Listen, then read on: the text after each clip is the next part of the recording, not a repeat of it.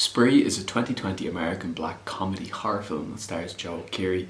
The film is predominantly filmed on a phone camera with some GoPros mixed in when they're in the car of Keery himself, giving it a different sort of feel than normal films, more akin to Unsane, which we spoke about a couple of weeks ago. It received mixed reviews from critics, with most praising the film's premise and the acting of Keery himself, and I'm inclined to agree with the critics as a whole.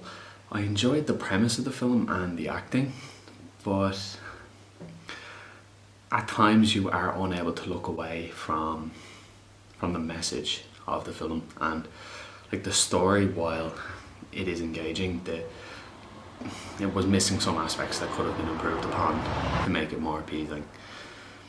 Some news outlets have gone on to compare the film to that of American Psycho and believe it is this generation's version of that. And other than perhaps the small, like the concept is unique and Keery's performance, but American Psycho is a far superior film, and to compare them I think does a disservice to that film itself. It is a little bit weird that the premise is so new and peculiar that I couldn't believe that no one has thought of it before. That it was the first of the bunch did shock me. The film centres around a young man named Kurt who's desperate for online fame and for a legion of followers. He's been posting on various social media sites for around 10 years without getting any major traction or growth, and social media fame is the only thing that he is pursuing. He just wants to be recognised and to get tons of notifications every time he posts something. While waiting for fame, to just fall into his lap, he has been doing odd jobs around the place, such as babysitting and currently working for the ride-sharing service Spree. He once babysitted for Bobby, who is currently after finding fame by posting videos online, and Kurt repeatedly asks him for help and advice and for him to share Kurt's content. Kurt eventually comes up with a new content idea, which he hashtags The Lesson. He begins to post videos on his channel about it, and he rigs up his car with multiple cameras so he can be consistently live streaming to the public. If you went into the film with no idea what it was about, because if you'd never seen a trailer and you never knew about it, and you're curious to know what the lesson is beforehand, I'll openly tell you right now. So if you don't want to be spoiled at all, you can stop it. Yeah, Kurt's killing everyone who gets in his car. Everyone who uses the service, they die. And he live streams it all.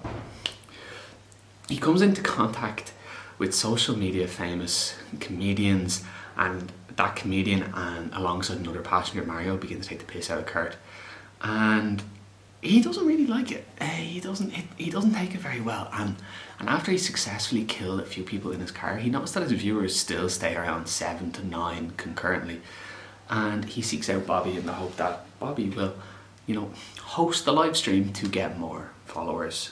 And this then results in Bobby live streaming also, but not in the way that Kurt wants. He turns the camera onto Kurt and begins ridiculing him, and at that point is when the real fun begins. The film was kind of slow paced for the first 45-50 minutes and then just hurtles towards the conclusion. The film as a whole is a sort of a social commentary on the youth of today and their search for social media success and fame. When you ask people, well, specifically young kids in school, what they want their job to be in the future, they majority of the time are now saying YouTubers, which is, it's okay to have a goal. The issue is if you don't grow out of that and get a different job. Someone has to work them, and when someone's trying to make it in that field of making YouTube videos or content or a social media star and anything like that, it can be very easy to get confused and blur the lines between reality and what you're just creating content for, or to put it in another way, what's acceptable and what isn't. This is noticed when you're watching Kurt's content evolve from the types of videos that he originally was making, and then the way that he just kills people. There's no other way to put it. He just kills people for content.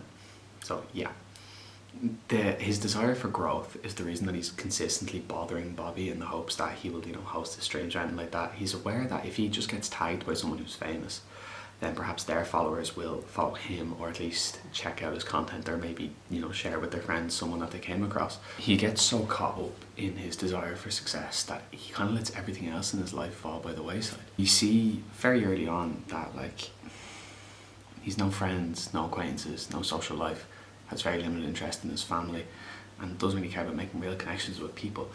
Like, the film came out at a time when TikTok was really only beginning, and we had seen at that point some dangerous trends that took place on that app that people were participating in the hopes of achieving fame.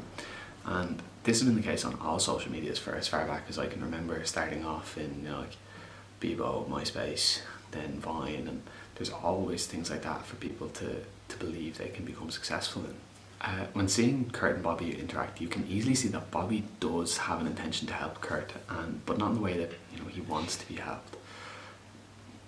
Bobby thinks that Kurt should move on from his ideals of being social media famous, and he's subtly trying to steer him away from that, and his desire to not share Kurt's content is probably based on the fact that he doesn't enjoy the content, and it will probably result in him losing followers and fans. And like, we all, like, this is something we've seen in schools and workplaces and everything globally at pretty much all points in time, that those who put stock in social media fame or anything like that, someone with large followings always look down on those who have less. And as we've learned, most kids are aspiring to be that type of content creator, and it is becoming more noticeable, which is what makes the film interesting to the viewers. The deaths aren't violent, the characters aren't endearing, and as a whole, the story is original only in film. Like, it's happening in real life, and it's very easy. If you just do a quick Google search, you will come across stories quite similar. We all know people like Kurt, and there is a chance that perhaps we've all even been a Kurt at some point in our lives. But seeing how one person is able to just devolve into madness and become a murderer just in an attempt to establish online fame is sickening. But you do also have to remember that it is certainly possible that it can happen in real life too.